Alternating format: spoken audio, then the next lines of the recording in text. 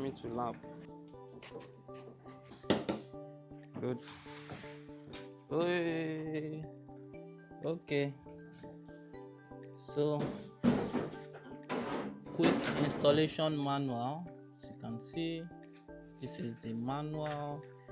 So you need to follow the manual, and you can see all these settings. Okay, so inspection, nobody signed this, and yeah, so this is SMS. Okay, I think it has this LED lights. So inside this box is the accessories. Communication cable is about 2 inside, so this should be 25 mm. As you can see, not so great. So it comes with communication cable 1. So this one is inverter to battery. Okay, so this one is for SMS to SMS, I think. Then this one is from battery to battery. Good one. 2 communication cable, and yeah, 15 kilowatts plus, and this button as well. So you see it's on, so it has this glowing light as well. Okay, so let's bring this out. So this is the battery again. Let's turn it on.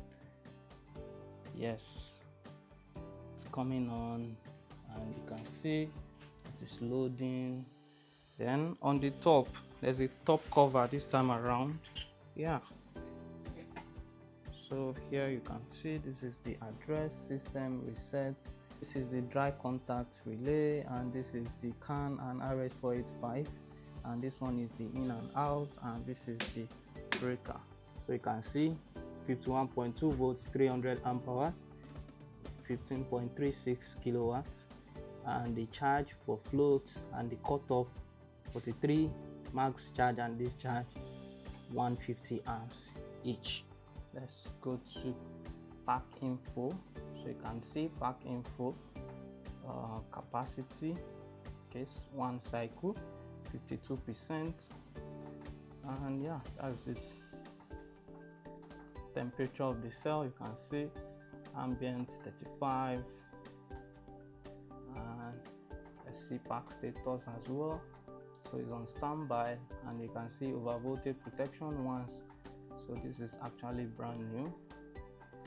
Then enter, you can set that. Okay, so you can change the protocol if you want. Pylon is the default. ROAT, Votronic, there, SRNE, and SACO is here as well. So I think I saved that on SACO. Oh, let's change that to Pylon. That's the default. Okay, so also the CAN protocol has all these options. So we'll be checking everything about this battery, including the teardown.